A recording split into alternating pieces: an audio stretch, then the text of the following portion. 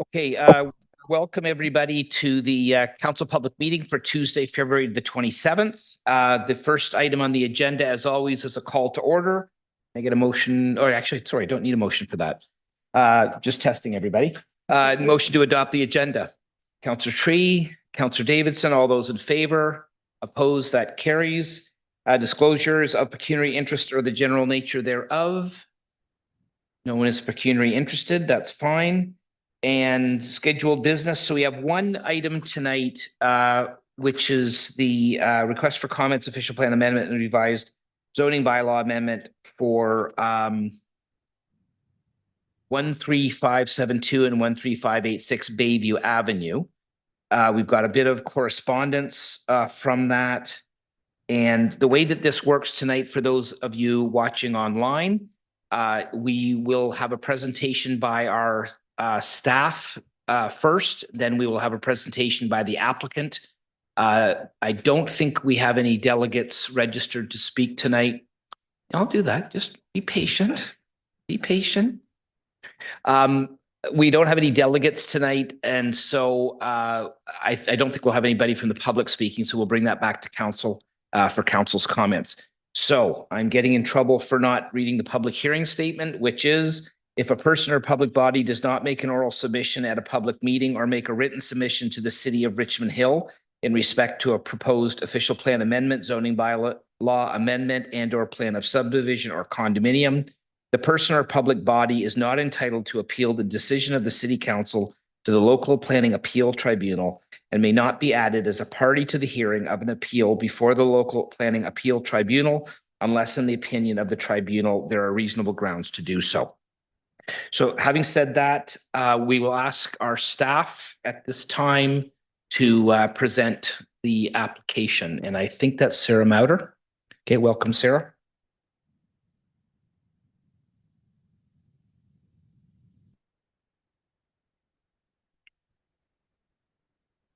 Good evening, Mayor West, members of council, and the public.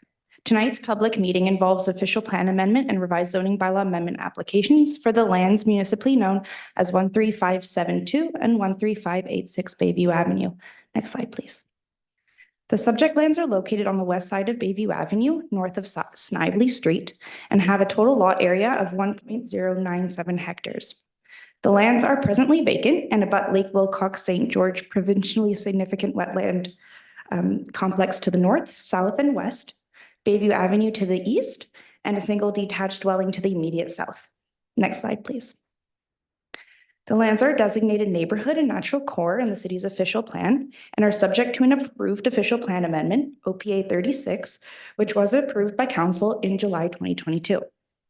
Notwithstanding the permitted uses of the neighborhood designation, OPA 36 permits the development of an 8-story residential building with a total density of 218 units per hectare. Through the review of the previous official plan amendment application, it was determined that the overall development conforms with the policies of the natural core designation. The screen presently displays the development plan that was used to evaluate the approved development. The lands are presently zoned agricultural zone under bylaw 1703 as amended. However, the associated zoning bylaw amendment application, city file DO2 20009, was approved in principle by council in July 2022 to rezone the lands to multiple residential 1 zone and environmental protection area 2 zone under bylaw 313-96 as amended with site-specific development standards to facilitate the development. At this time, the implementing bylaw has not been brought forward as the applicant has been working through the associated site plan application. In this regard, the applicant has now submitted a revised zoning bylaw amendment application in order to address discrepancies with their site plan and proposed increase in density. Next slide, please. Following council's approval in July 2022, and through the review of the related site plan application, the applicant revised the design of their development proposal, which is now displayed on the screen. It should be noted that the building envelope and the built form has not changed. The overall changes to the plan include modifications to the architectural design, internal floor layout, and parking garage layout to accommodate additional residential units. With this, the applicant is seeking council's approval of its official plan amendment and revised zoning bylaw amendment applications to increase the permitted density on the site from 218 units per hectare to 285 units per hectare. The proposed increase in density would accommodate an additional 32 residential units, bringing the total number of units from 103 as previously approved to 135. Next slide, please. The revised zoning bylaw amendment maintains the general provisions previously approved in principle and has been revised to address the proposed increase in density as well as site plan specific matters as outlined in the staff report. Next slide, please. The purpose of the report is to provide council and the public with an overview of the applicant's development proposal and has been structured for information purposes only, with a recommendation that comments be referred back to staff for consideration. Thank you. Okay, thank you very much, Ms. Mauder. And for the applicant, we have Adam Layton. Good evening, Mr. Mayor, members of council and members of public viewing. Thank you for the opportunity to speak. As mentioned by yourself, my name is Adam Layton. I'm a principal with Evans Planning, and we are the agent on behalf of the owner of 13572 and 13586 Bayview Avenue. Can I go to the next slide, please? In fact, I think we can probably skip through these slides. Sarah's presentation set the context very well. The next slide shows the subject property just in relation to the transit availability in the area, with a few stops within walking distance at the corner of Bloomington and Bayview, as well as along Snively. Moving to the next slide, which brings us to the purpose for why we're here tonight.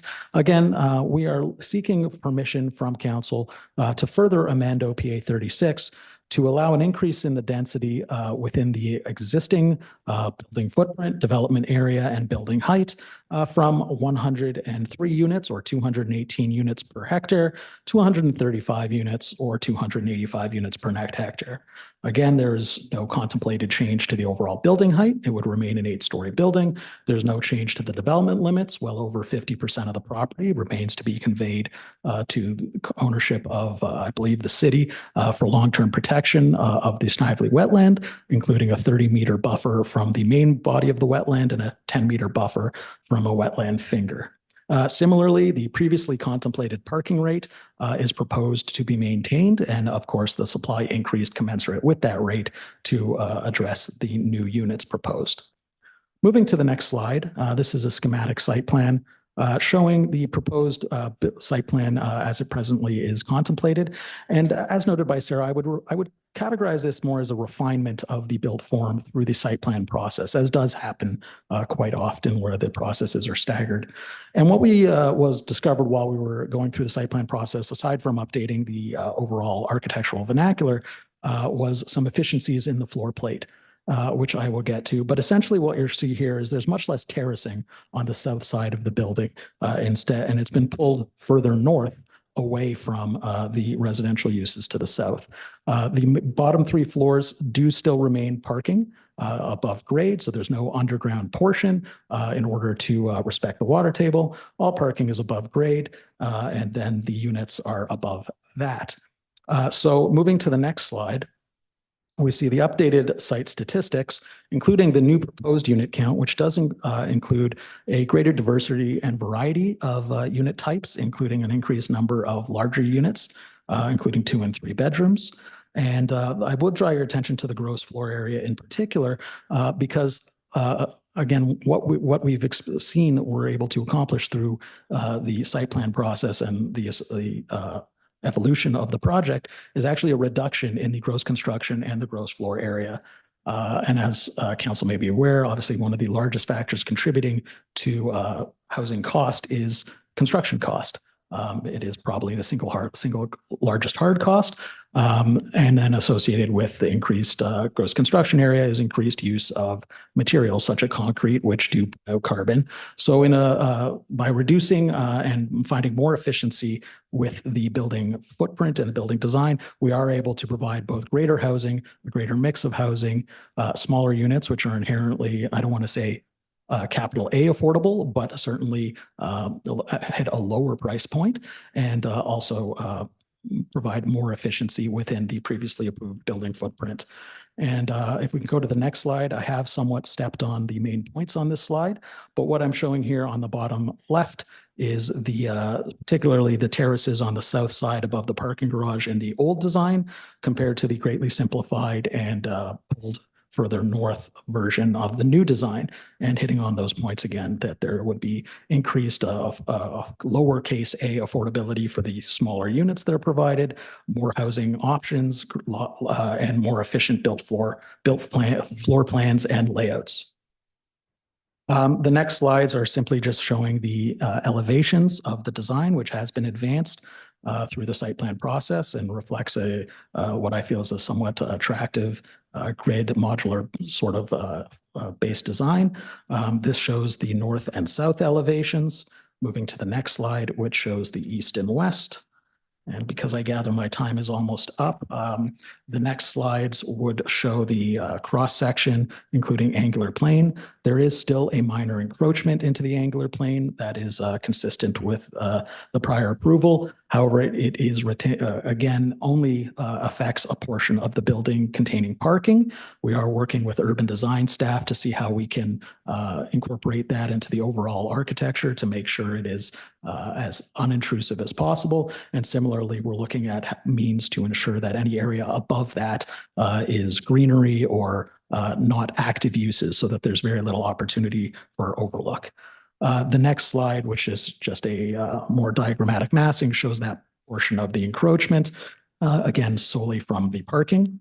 And then lastly, I'll finish off with a few renderings, the perspective from Bayview, both on looking from across the street, and then the next slide slightly elevated in an aerial, showing kind of that modular arrangement of grids that we're establishing. And then lastly, an aerial photo showing the building on an axonometric view. And finally, so as we now have the details through the site plan process, details of the rooftop amenity areas, which are distributed both at the fourth and rooftop levels. That concludes my presentation. I'm always, as always, happy to answer any questions. Thank you very much. Thank you very much. Okay, so Mr. Clerk, I understand we don't have anybody registered to speak and there's nobody in the audience. So at this time, we'll bring it back to council. We've got, this is a Ward 1 location, so we'll bring it to our Ward 1 Councillor Carol Davidson. Thank you. And thank you to staff and thank you for the presentations. To the representative for the owner. I don't think it's any surprise that this is going to be the largest building in Oak Ridges, 8 stories. It was approved by the previous council. And it's on a very significant wetland, and you're asking to add 32 units, I believe. So first off, how this condo is going to be in the middle of nowhere. There's no amenities, there's no bus, there's no sidewalk to a store. It's on 2 very busy streets. So I think it's safe to say that everybody who owns one of these is going to have a car. So now we're adding between 30 and 60 more cars to an environmentally sensitive area.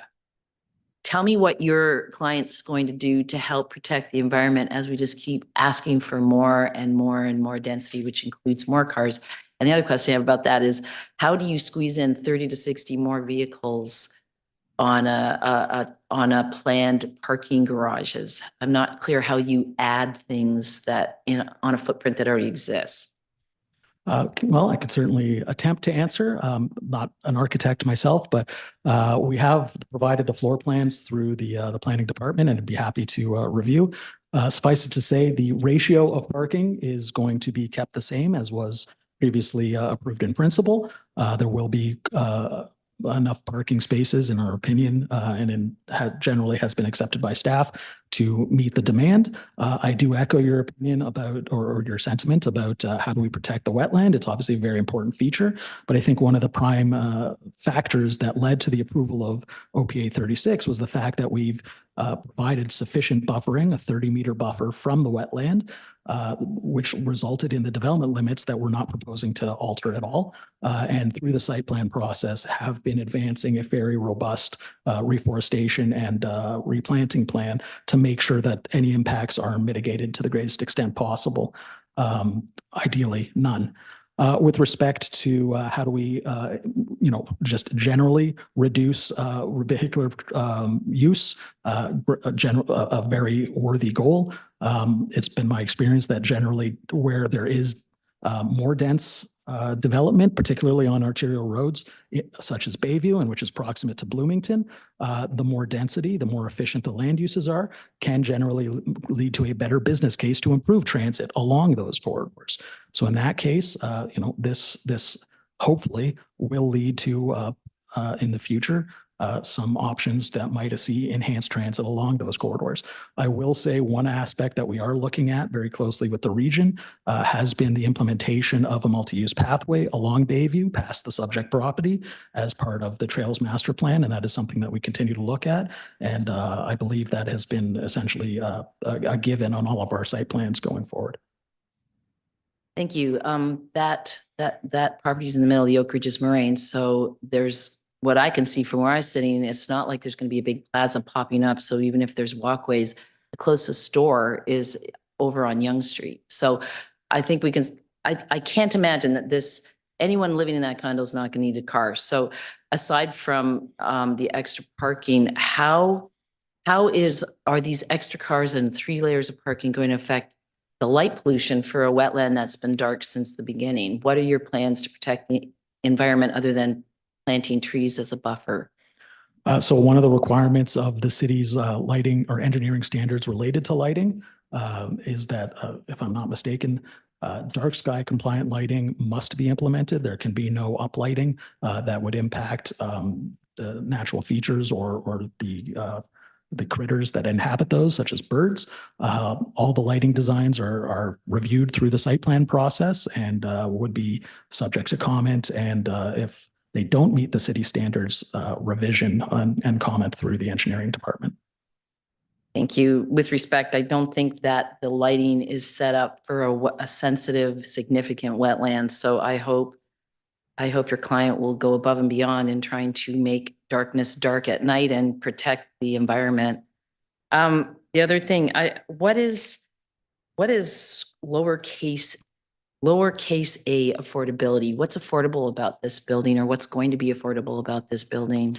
So lowercase a is my own shorthand. Obviously, uppercase a affordable or capital affordable would be units that would meet the definition of affordable within either the province's new guidelines, the regional official plan, the city official plan. When I refer to lowercase a affordable, I mean they might not meet that definition, but they may be considered more affordable than any similar or the prevailing unit type within an area. In this case, as you've stated, we've got an area comprised largely of detached dwellings.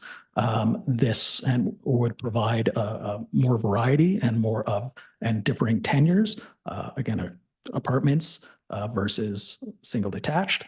And in my experience, again, generally it's been accepted that apartments tend to be more affordable than a ground related house.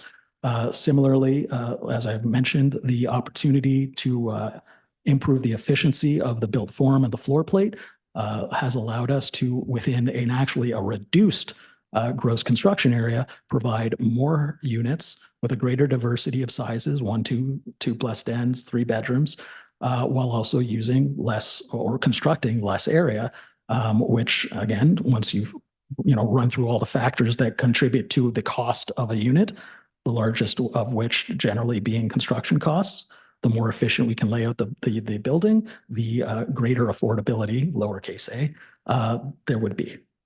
So of the 218 units, if you get the extra 285 units, is that it? So no, there's actually. No, sorry, that's the parking. My mistake. 135 units. So to clarify, Councillor, the 285 units is the density in units per Right, hectare. sorry, I read the wrong line. 135. Okay, so of the 135 units, which ones are by definition or by provincial standards going to be sold as affordable? None of them. So which is that, upper or lower case? What do you mean? Is there not an agreement with the city? Are you going to make any effort to make any of these affordable in terms of related to the formula that exists with the province? And we'll certainly consult with staff, and I understand there's some consultations happening later this year with respect to an affordable housing strategy. We'll certainly make every effort to try and make the units as affordable as possible, upper or lowercase a. But at this point, I cannot say whether any units would be able to be made capital A affordable. So there's no commitment by this developer to build anything affordable. And when you talk about affordable of a small unit or a big unit, you're comparing it to established neighborhoods with detached homes. So it's affordable when you compare it to a full-size home. Is that your Yes, I'm comparison? comparing it to the prevailing unit type within the surrounding area, which is what about as close as apples to apples as I think you could get. So this property, if I'm in case I'm wrong, 200 in 2015, it was approved for 4 stories. Then in 2022, the previous council approved 8 stories. Then your client, I don't know if you worked with them then, came to my office and proposed something even bigger. Now we're back to adding 32 more units. This council and all councils and municipalities in Ontario take a lot of abuse about not building things. And there's an impression that things aren't approved and that's why nothing gets built. But this piece of land has had approval since 2022. We're in 2024. Why the delay? And are you going to put shovels in the ground?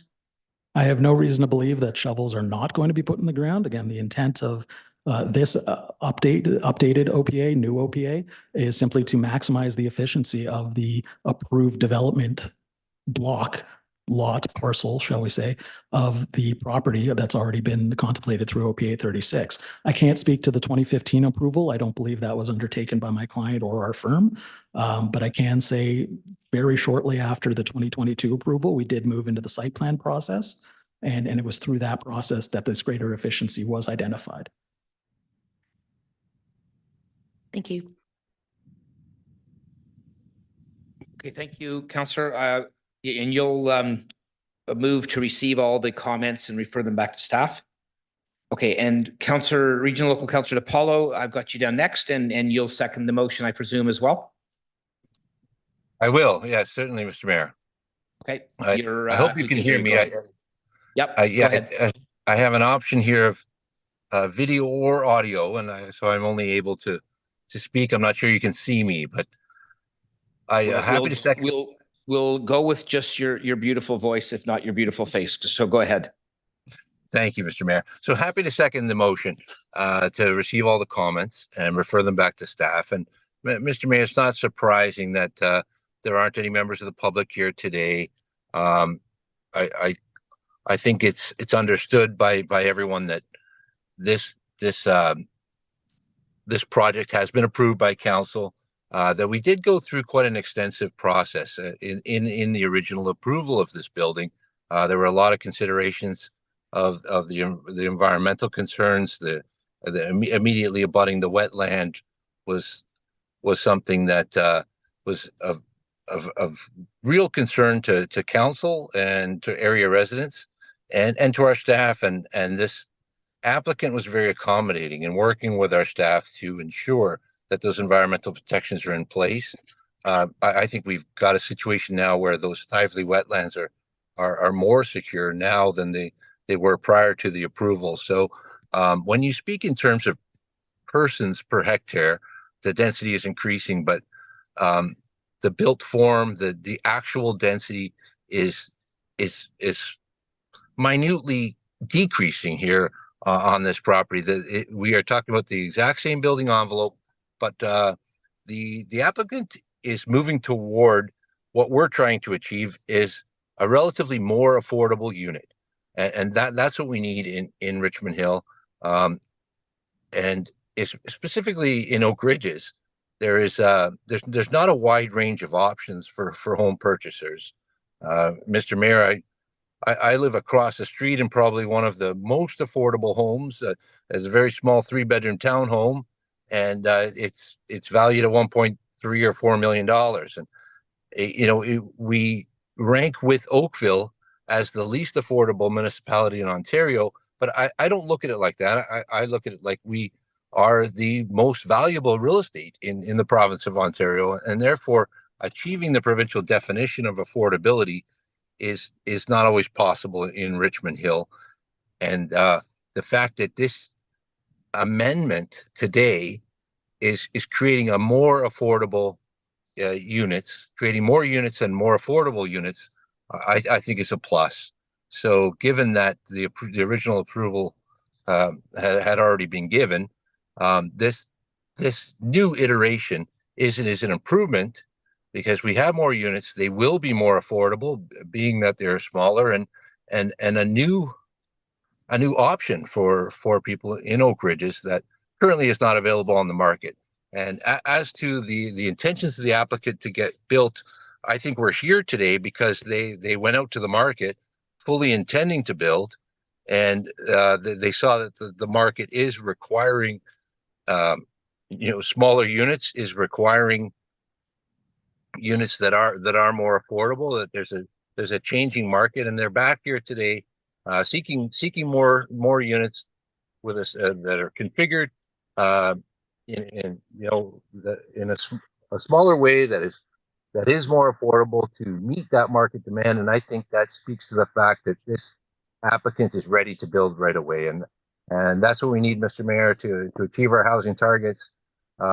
We need to be here approving applications and moving forward with applicants that are ready to put shovels in the ground and get these units constructed. So I have every reason to believe that that's what we're looking at with this project. And for what it's worth, those are my comments. And this is only the beginning of the process. This application will be back to committee of the whole with our staff's comments, and we'll wait to see what happens there. But I think it's a move in a positive direction in terms of the building envelope staying the same size, but the units being increased and relatively more affordable. Thank you. Okay, thank you very much, Councillor. And Councillor Shree. Okay, thank you so much, Ms. Chair. I might have many questions. I'll start. If the first round finish up 5 minutes, I might go to second round. So first one is on the page 9. I look at this details. Page 9 is our farm armor report. Everyone can access it. So the first question regarding to the minimum side yard. Our bylaw is 64 meters, and this one is 2 meters. Can anyone show me how this can be a 4 meters difference? Where does difference come from? The side yard. Through you, Mayor West. A number of the statistics that are reflected there in the original draft approval, if I can put it that way, versus what is currently before council now. The new standards really reflect the conveyances that are being given to us with respect to the environmental lands. The actual built boundary, if you will, has not changed. It's just that in the first iteration, we reflected them as setbacks to the actual property line. These setbacks are now in consideration with the environmental lands that are going to be conveyed, part of the draft bylaw that we're going to be coming forward to you if this is approved. Okay, my second question regarding the rear yard. Our bylaw is 29 meters, now shrinking to 2 meters. It's going to be a huge change. So I was wondering, what's the driven that? Through you, Mayor West, it's exactly the same answer. There's a much larger buffer to the rear, and that's why there's such a large discrepancy. It's a 30-meter buffer. Okay, can I just maybe clarify that, Councillor? So when this was, last time this was approved, there had been no talk of conveyances of environmental land where the land has been given to the city. In this now, with these new statistics, the conveyances have happened. So it's kind of like they've given the land that they need to give away. So that's why it would appear that the buffers are getting smaller, but in actual fact, they have not. The only thing that's changing from what I understand, and correct me if I'm wrong, staff, is the building itself is moved a little bit and the configuration of the interior of the building has changed, but the setbacks and all that other stuff are only different because of the conveyances. Is that right? Through you, Mayor West, that is correct in principle. I just want to clarify, they have not given us those conveyances yet. No, but they're reflecting them as if right. they're going to give them to us. That's correct. Does that help? Like, okay, it's that's a little odd because of the fact that we're seeing this yet again at council, and it's the same land, but it's just considered differently by the way staff is doing. So I hope that helps. Yeah, good. Thank you so much. My next question regarding to the size of the bedrooms. I know we have 32 new bedrooms added in there. I look at the original design map and also the new one. Looks like on north part, they're gonna have some extensions there. So my question is regarding the size of the 1 bedroom, 2 bedroom, and 3 bedroom. Are we keeping the similar size as before, or are we shrinking? Affordable means what? From my understanding is if you have a larger one now, become smaller. Ignore this value money from maybe the material, whatever, the labors. From size perspective, are those new plans has a smaller size of the unit more than compared with before? I don't have the the original floor plans that were looked at and what size the 1, 2, and 3 bedroom units are. I don't have that information. I mean, we could get it from the applicant, but I know I'm not supposed to refer to him when you're asking me questions. So I'd have to get back to you on that, or Or maybe ask our applicants if you have answer. So Through you, Mr. Chair. I similarly, I don't have the original plans, but I do have the details of the current average unit sizes, if that would help. Generally, across the board, yes, there is a general reduction in the size of the units, again, to make them more efficient, more affordable. But in general sense, the statistics are showing an average unit size for 1 bedrooms and 1 bedroom plus den of about 637 square feet. 2 bedrooms, 735. 2 bedroom plus den, 887, and a 3 bedroom of 1,132 square feet. So they are on the larger size based on my experience across the GTA. okay, thank you so much. So my next question regarding to that 8 floors. I look at the map and also maybe it's a question for our city as well. So I know we have intensification process along Young Street. How about Bayview Street? Do we have any bylaws or are any OPAs trying to intensify Bayview Street? through you, Mayor West. No, there are no current plans. Like this is not an MTSA area or a corridor in conjunction with, let's say, Young Street or Highway 7, where we would have intensification plans. Bayview Avenue is not listed for that type Okay. of purpose. Perfect. And then my question here, because we set up the footprint order here along the Bayview Street, and which is a little bit far, Bayview Street and Bloomington with approved 8 floors high building here. If in future, along the Bayview Street from Highway 7, along that street, we're going to have more and more similar requirement. Is that going to be a sample or going to be permitted? The reason I'm asking here is I see another requirement, Bayview Street and Mac. So for their phase 2, phase 3, they might be have another 8 floors building there. So that is my concern. If in the future we have more applicants asking 8 floors along the Bayview Street, not going to be a lot, right? That's not what we expecting to see.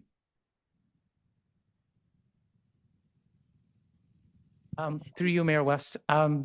The city's undertaking the official plan update. We're looking at different requirements throughout different places in the city. We have local development areas which will allow different intensification. We have the KDAs and different areas.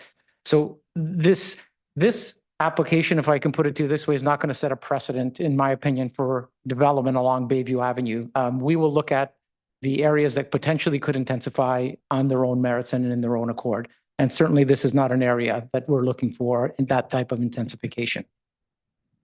Okay, I got some feedback from residents here as well regarding to, maybe it's being answered before, I'm just repeat maybe just for the new members here. So regarding to the birds, to the environment protections, there's a small lake there as well. So I'm hoping those answers question being answered before in 2022, just for curiosities. What is the new measures or updates regarding to the protection of that small land, birds nearby, and also waters there too? Through you, Mayor West. There was a comprehensive natural heritage evaluation that was undertaken for this project in 2022. And that was with the intent of protecting the wetland and creating the buffers associated with it to protect it. And nothing has changed since that time. Okay. Another one regarding to the floodings. So I was told beginning there is 4th floor, 2nd floor built up as a parking lot. So they considered, or builders can consider flooding issues. So in this new plan, same thing as before. So they build up first one, second one as parking, just prevent the flooding. Through you, Mayor West, again, there was a study that was undertaken to look at stormwater and the impacts of the wetland.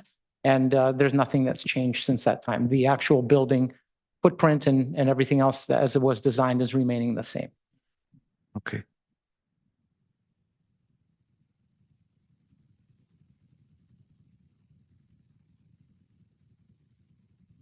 You have time, right? Okay, let me read it. Last one. Okay, I don't have furthers. Thank you so much. Okay, thank you. Is there, Regional Local Councillor Chan. Go ahead. Thank you, Mr. Mayor. And on the face of it, it seems to be no-brainer.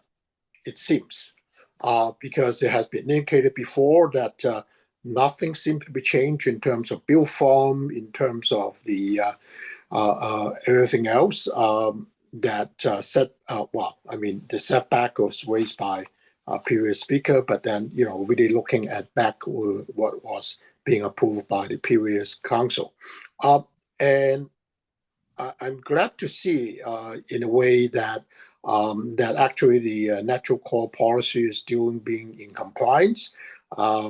And as well as I think it's been mentioned about that actually would be a small net gain in terms of the environmental lands, that sensitive lands that would be conveyed in the public ownership. I believe that's correct. Having said all this, I do share the concern. I believe the local councillor actually touches on. At the end of the day, that the additional seems to be relatively minor number, so to speak, of the increase of the units. And I think that might lead to additional, at least, I gather here the word 60, probably just assuming about 2 cars per additional unit. So, and I'm looking at our own development planning staff, actually analysis of this, and there seems to be no particular mention of that. So I just want to raise that as a comment, because the developmental planning staff comment does touch on a number of things, except seems to be relatively silent on that aspect about the additional potential traffic in terms of vehicle. My last comment is that although the word affordable has been brought up, but in the report, it's stated very clearly that I believe, let me find the page, page 7 and 8, and there was actually the approved development proposal, page 8 at the top, did not provide affordable housing component. Let me say that again, did not provide an affordable housing component. Yes, more units, they'll be helping the city to help meet the target as we have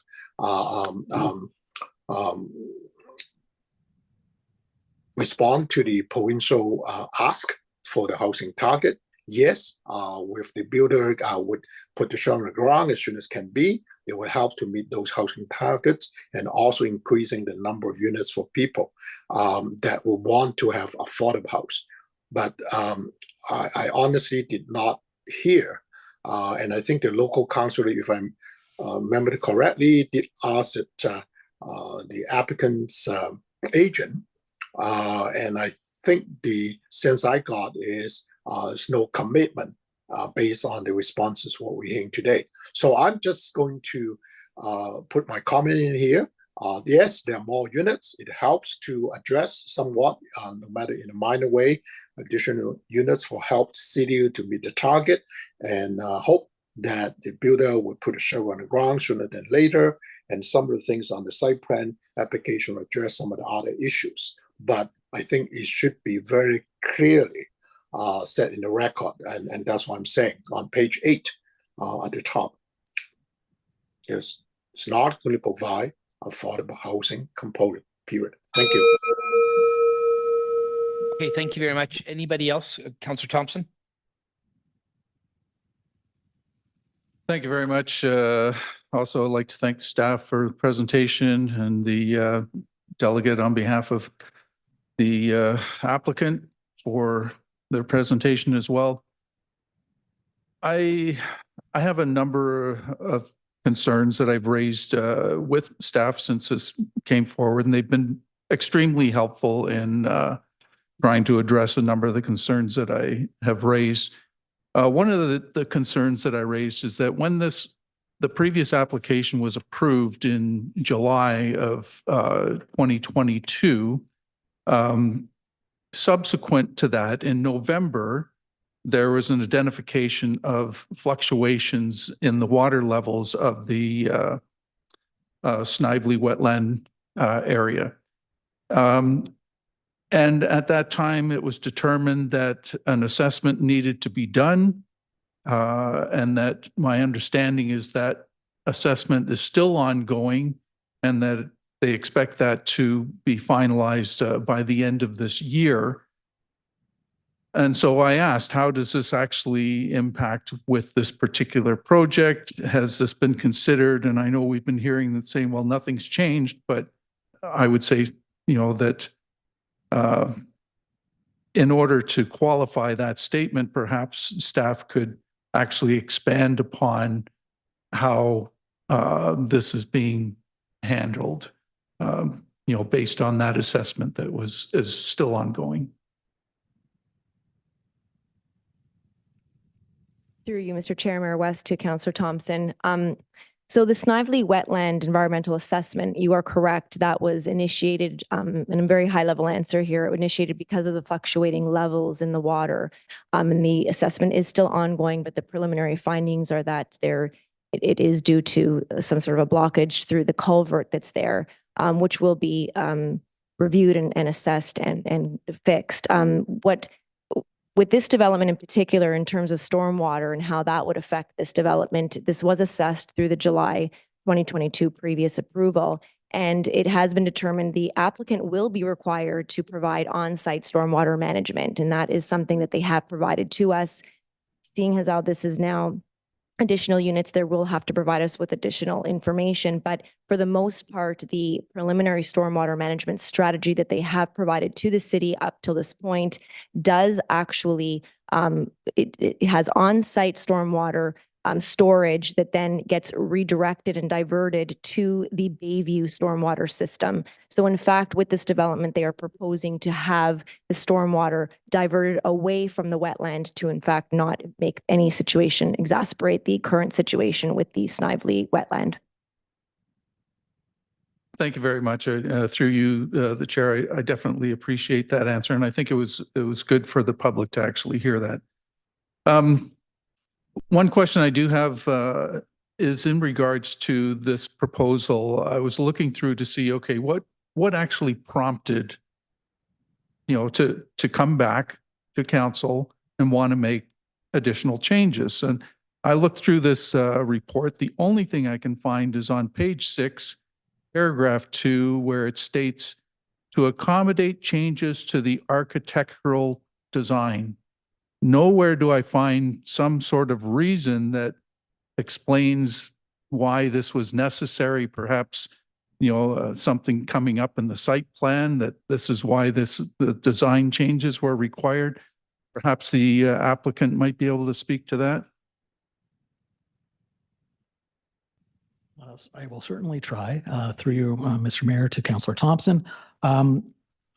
I can only provide what was conveyed to me. Certainly the matrix, the decision-making tree to make any further official plan amendment applications is very complex.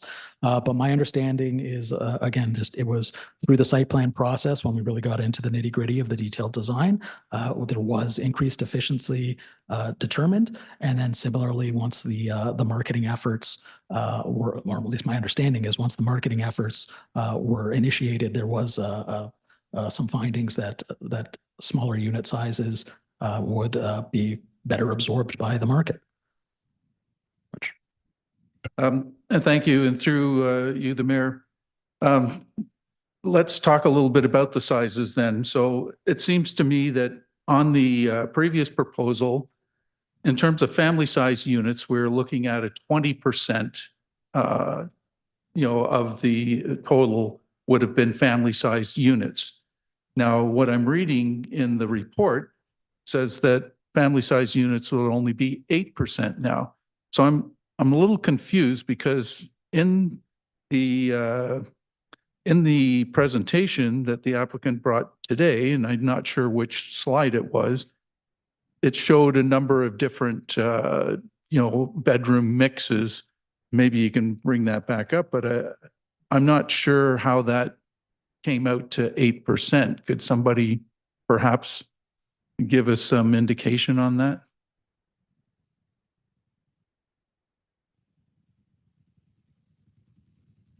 If I may.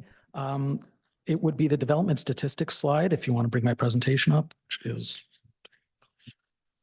6th slide. There you go. Generally, we would determine 2 bedrooms and above a family-sized unit.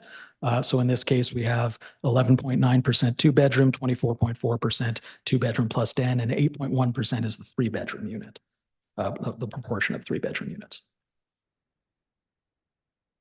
Right. So now this is why I'm very confused, because if the previous proposal was 20%, this looks like this would be well in excess of that.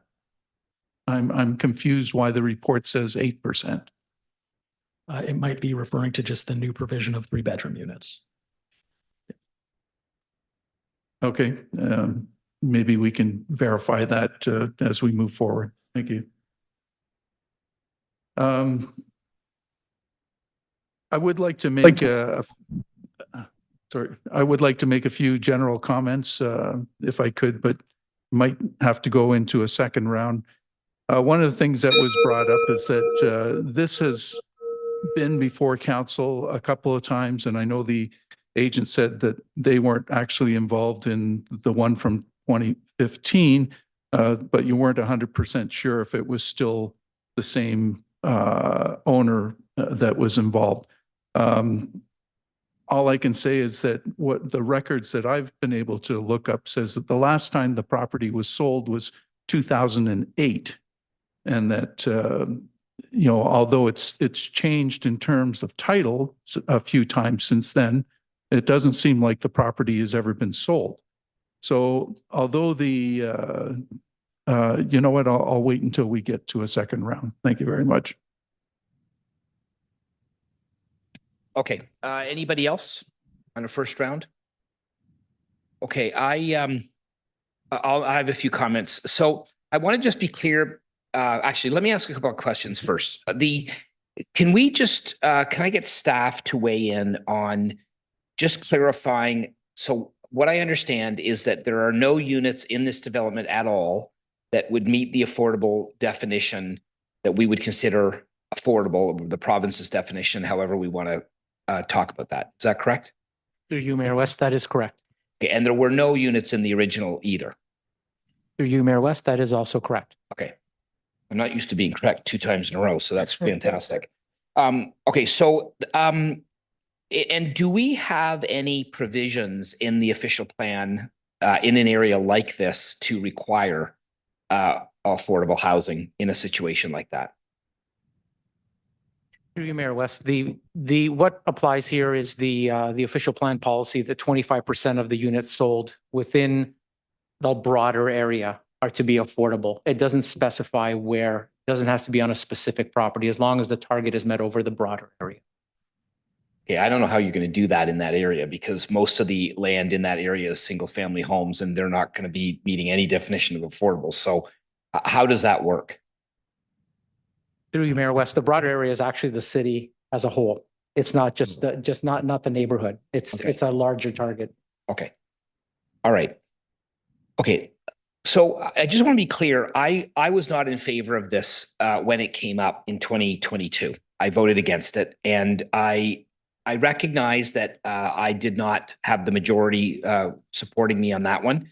And I will say, in fairness, I do get that the applicant has done work and complied with the environmental protections, which was one of the things that I was most concerned about. I'm not entirely happy still about that, but I accept the fact that this has been approved.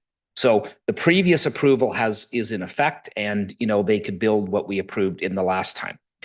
I guess the thing that still bothers me is that this is actually the third time on this piece of property that we are going to likely approve something, or at least we've used staff's time to come up with some sort of a final staff report and possible approval. I'm spending a lot of time right now explaining why we're not necessarily meeting our housing targets. And quite honestly, this example is going to be one that I'm going to be using again and again and again, because it's a perfect example of where we have a piece of land, we have had approvals, the approvals have been there for a long time, and it's not being built. And there's still no guarantee that I have, or anybody has, frankly, that we will actually see this built. And despite the fact that I'm not crazy about this approval in the first place, it is an approval that we have on the books. And frankly, we do need housing units, and we do need them to be built at some point in time. And I'm just wondering if this is another piece of land in Richmond Hill that's really not a piece of land for housing. It's just a piece of land as a bank. And that's not helping our citizens, and it's not helping us to make our targets. So I'll say that. And I'm saying that in the context that, if we're going to be spending the third time, staff's time, and staff's busy, they've got other things to do, I would expect that this would actually get built at some point in time. I find that very frustrating. And I got to be honest, the time that this is taking for the applicant to get this built, it must be costing the applicant a fortune in application fees and time and interest and all that other stuff. I'm having a hard time imagining why, if we're going to actually be approving a number of more units, and I'm actually reasonably okay with that. I don't think it's going to make a world of difference from a traffic perspective or whatever, but why the applicant couldn't step up to the plate and come up with a way to create units that are more affordable and might actually meet the definition of affordable.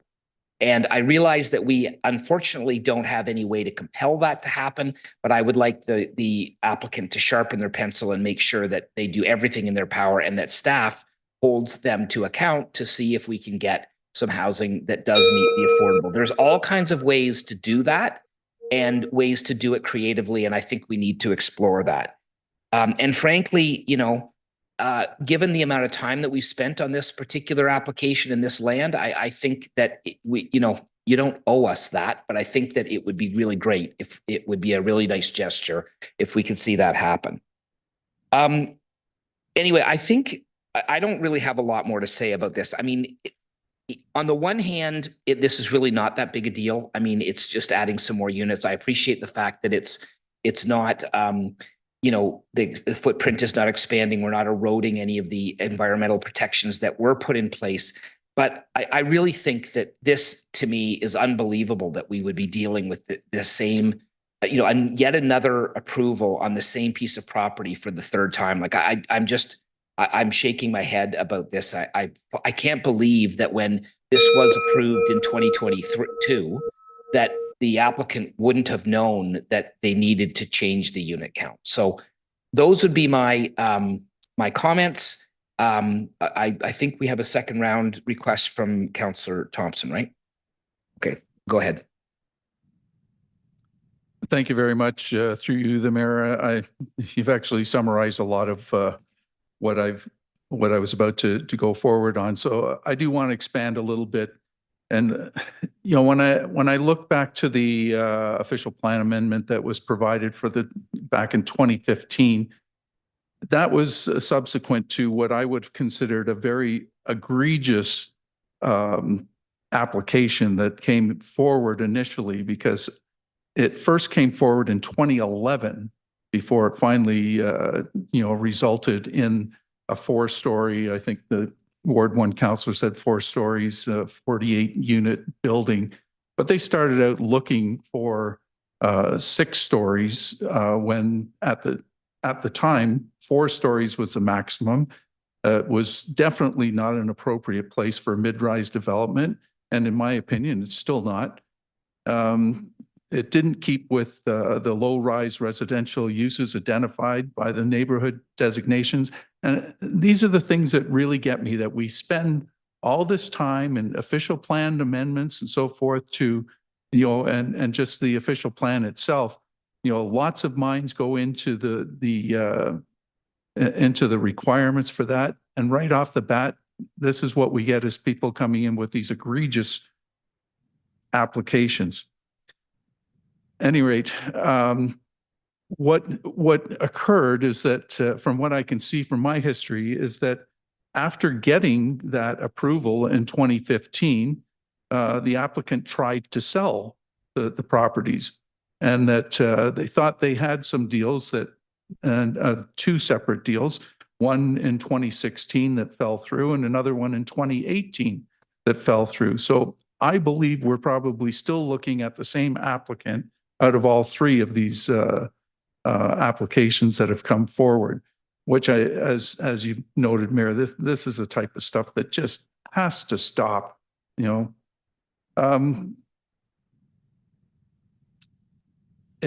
and what I'm seeing right now between the 2022 application and today, it seems to me that it's like a bait and switch. You come along and you say, okay, we're going to have, this component of 20% family size units, and I'm not sure where we are with that now. But one of the things that I noticed is the amenity space indoor is being reduced. And when, we spend only 4 months of the year outside, yes, I understand the report says that we've got additional amenity space outside, but we're losing it inside. It would be interesting to know how much space we're actually losing, for this application. I mean, this is, you're going to be adding more people and more units. You would think that people are going to want that amenity space. So I'm a little dumbfounded by that as well. I think I'd like to just say in closing that, the issue I have with this current proposal is the fact that we haven't really found any real reason for the changes in architectural design coming forward. These changes being requested are not in any way related to address any additional concerns with the site. What I see is this continually coming back, seeking amendment after amendment, seeking more and more density in a location where it's not wanted, not needed, tying up valuable staff resources, and still resulting in nothing ever getting built.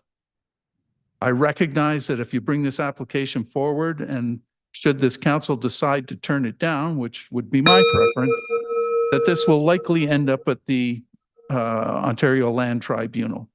But don't think for 1 second that this will be a slam dunk at the OLT. Municipalities like ours have been working diligently with the province to achieve the target of getting 1.5 million homes built by 2031. And the province is very anxious to see shovels in the ground, and it won't take much for them to figure out where the real delay is, and coming from when applications have already been approved and processed that would enable those targets to be met. It's time to stop delaying this any further. I strongly suggest you not to proceed with this latest proposal and concentrate on building what you've already been approved for. Thank you. Those are my comments. Okay, thank you. Regional Local Councilor DePaulo, I think I saw your hand. Is that correct? Yes, you did, Mr. Mayor. Thank you. Okay. So I just want to weigh in briefly on a second round here. I think we can have every confidence that this project will be constructed immediately following site plan approval. I think building permits will be sought, and construction is imminent. The first step in construction is going to sales, and first you have to sell the units, and the change that's requested today is to accommodate the market and to have better success with the sales, and there seems to be every intention of going forward. Now, when it comes to affordability, there is an option. So Housing York has expressed an interest, and this applicant has indicated that they would be willing to partner with Housing York. If Housing York were to come forward with a proposal to allow for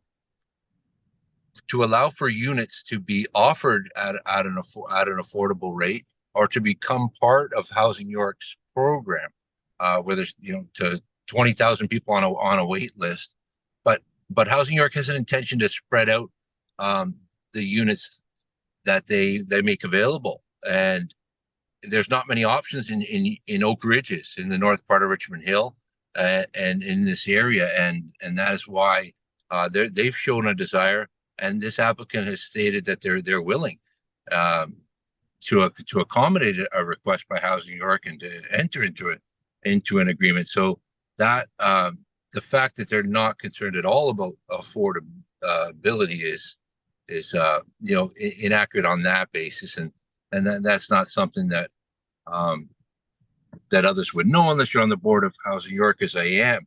So I just felt the need to mention that, and it's also important to understand that it is impossible, really, to meet the regional and provincial definition of affordability with any units in Oak Ridges. Just the nature of the limited land that's available and the desirability of this community. So there is an effort being made, but we can have confidence that construction will begin imminently after approval, if council is willing to approve this new iteration that's being applied for. It's driven by the market. That's the reason we're here today, and because they want to get units sold and built. Thanks, Mr. Mayor. Okay, thank you so much, Councillor. Councillor Tree, and then Councillor Davidson. Go ahead, Councillor. Okay, thank you so much. Through you, Mr. Chair, I only have two comments here. The first one is I heard stories about this applicants and also the owner here as well. So it's like a long history. It's not the first time. So my comments here is better ways put time for shovel start and ground shovel start, instead of just coming back and forth negotiation with different densities and different units. So that's my first one. And second one is regarding to the similar type of the applicants. In the past few years, we already approved a lot of them, but unfortunately, less of them are really start to build up. So consider maybe in future, we city has some kind of sunset clause. If within certain time, there's no shovel being started. So maybe we cancel your or revoke your application, start from scratch if you don't mind. That's my thought. Thank you. Okay, thank you. Okay, Councillor Davidson, you're our last speaker. Thank you. Through you, Mr. Chair. Can I ask the delegate, can you expand on the mention of Housing York working with the developer, with your client? Through you, to Councillor Davidson. Unfortunately, I have not been party to any of those discussions, so I am not able to advise. Thank you. Through you, Mr. Chair. Can staff shed light on the York Housing Initiative? Through you, Mayor West, city staff is not aware of any contact with Housing York at this time with respect to this development. Thank you. And through you, Mr. Chair, can I ask staff, we don't have time and I'm not an engineer, but will there be opportunities even when whatever is approved finally and what is going to be built on this property, are there protections for existing homeowners in the surrounding area? I'm assuming there's, for lack of a better term, pile driving and all kinds of things you do on a piece of land that's quite wet to sustain it.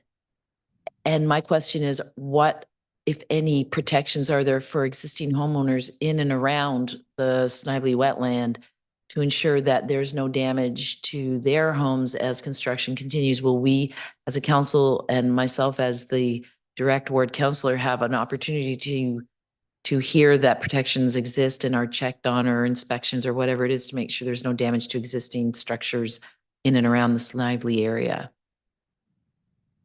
Through you, Mayor West, city staff in attendance tonight doesn't have that expertise to provide the answer, but I will say that as we go through the site plan process, there will be a construction management plan that has to be approved and endorsed through development engineering.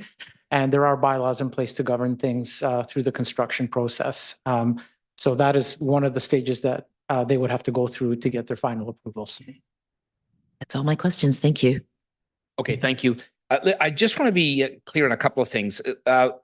So the, I mean, I appreciate the answers about Housing York, but what I would just add what Councillor DiPaolo was saying is that I referenced in my comments that there are some creative ways to attain affordability and attain affordability in perpetuity that municipalities are starting to use and have success with. And what Councillor DiPaolo was saying, I think in principle, is the kind of thing that may be a possibility. But what my comment was, and I would just amplify that there are ways that we can be creative here and maybe not doing the same things that we've done in the past to, get that affordability happening where it might not otherwise exist, or at least exist to the large degree.